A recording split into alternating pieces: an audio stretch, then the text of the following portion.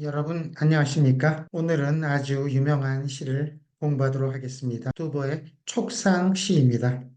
두보가 760년 봄에 송도 외곽에 거주할 때 제갈무우사를 방문하고 감회해져서 지은 작품입니다. 지금도 사천 성도에 가면 시내에 있는 무우사는 반드시 한 번씩 방문하게 됩니다. 무우사 입구에 들어가면 제갈량의 사당이 있고 뒤편 서쪽에 유비의 무덤이 있습니다. 지금 화면에 보이시는 장면이 바로 제갈무사 입구 부분에 해당되겠습니다. 쭉 들어가게 되면 바로 제갈량의 사당이 나오게 됩니다. 제갈량의 무덤은 여기 있지 않습니다. 한중시 정군산 자락에 묻혀 있습니다. 제목이 총나라 재상인데요. 총나라 재상인 제갈량의 사당을 찾아가며 해석해야 합니다. 먼저 수련을 보도록 하겠습니다. 승상 사당 하처심이요 금관성의 133이로다. 승상의 사당을 어디에서 찾을 수 있으리요? 총나라 재상. 첫째 구에 승상 사당으로 시의 제목을 풀어내고 있습니다. 승상의 사당을 어디에서 심자에 주의해야 됩니다. 이 심자가 전체 시상을 제기하고 이끌고 있습니다. 아래 글을 보면 금관성 외, 금관성 바깥, 금관성은 성도시의 별칭입니다. 금관성 바깥 잣나무가 빽빽한 곳이로다. 수련은 작자가 무사를 찾아가는 과정을 묘사하고 있습니다. 특이한 것은 자문자답 형식을 취하고 있다는 점입니다. 오랫동안 이 승상의 사당을 방문하고 싶어서 설레이다가 찾아가고 있다는 의사를 표현하고 있는 겁니다. 유비 무덤 앞에 잣나무는 제갈량이 직접 심었다고 합니다. 사시사철 푸르고 높게 자라고 또 수령이 오래되는 특징이 있어서 영내의 엄숙한 이미지, 제갈량에 대한 존경의 이미지가 이 삼삼에 잘 드러나고 있습니다. 그럼 두 번째 연을 보겠습니다. 영계 벽초 자춘색하고 격엽 황려 공호음이라 두 번째는 수련의 심자를 이어받아 영내의 경물에 관한 묘사를 하고 있습니다. 영계, 섬돌에 비추다. 벽초는 푸른풀입니다. 섬돌에 비치는 푸른풀은 홀로 봄빛을 띠고 있다. 그래서 자자에 주의해야 됩니다. 혼자 푸른빛을 띠고 있다고 합니다.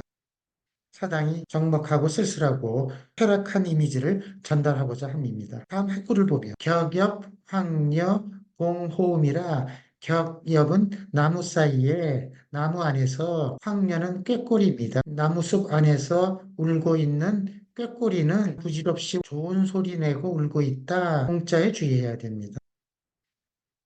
꾀꼬리만 부질없이 울고 있는 이 장면은 봄풀만 홀로 봄빛을 띠고 있는 것과 마찬가지로 쓸쓸하고 쇠락한 이미지를 드러내고자 하는 뜻이 들어 있습니다. 작자는 무사에 도착해서 무한한 비애감과 무상감에 젖어들게 됩니다. 과거 제갈량의 사업과 그 인물에 대한 회고를 하는 장면으로 셋째 안과 넷째 안을 배치하게 됩니다. 자신의 감개를 나타내고자 하는 것으로서 이런 시를 영사회고시라고 합니다. 예전의 역사를 통해서 어떤 인물과 사적을 회고한다 그런 의미가 되겠습니다.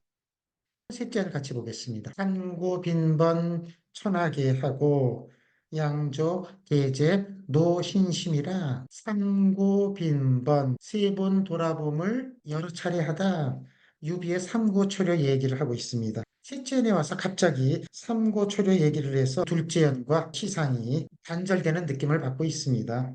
그래서 두 번은 시상을 연결하기 위한 장치를 마련했는데 두 번째에 자자 홀로 이미지를 셋째에 와서 빈번과 연결하도록 장치를 마련한 것입니다. 현재 쓸쓸하고 적막함과 과거의 빈번, 많은 사람이 함께 있었던 이미지와 대조를 이루게 함으로써 더욱더 무상감을 자아내게 만들고 있습니다. 양조, 계제, 노신심 두 조정을 위해서 기초를 닦고 사업을 완성한 것은 늙은 신하의 마음이었다.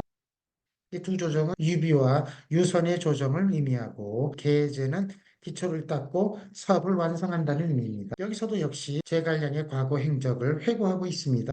둘째 연의 공자 헛되다 부질없이는 이 셋째 연의 공업을 열심히 닦고 이루었던 이미지와 시상이 이어지도록 방법을 배치한 것입니다.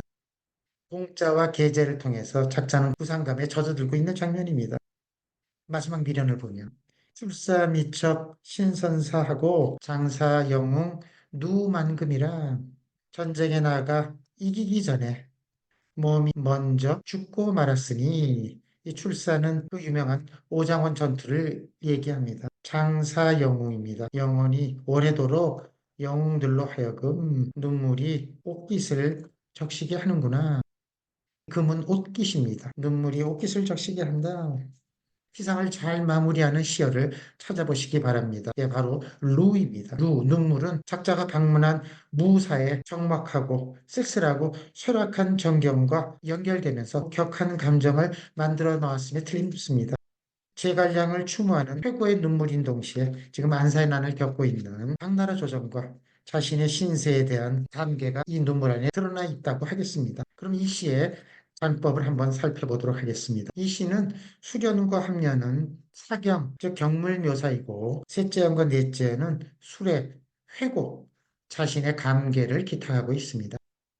수련은 승상사당과 아랫구에 금감성외를 배치해서 금감성 밖에 있는 사당을 찾아가는 과정을 묘사하고 있습니다. 그리고 승상사당으로 제목을 나타냈고 이 심자는 전체 시상을 이끌고 있습니다.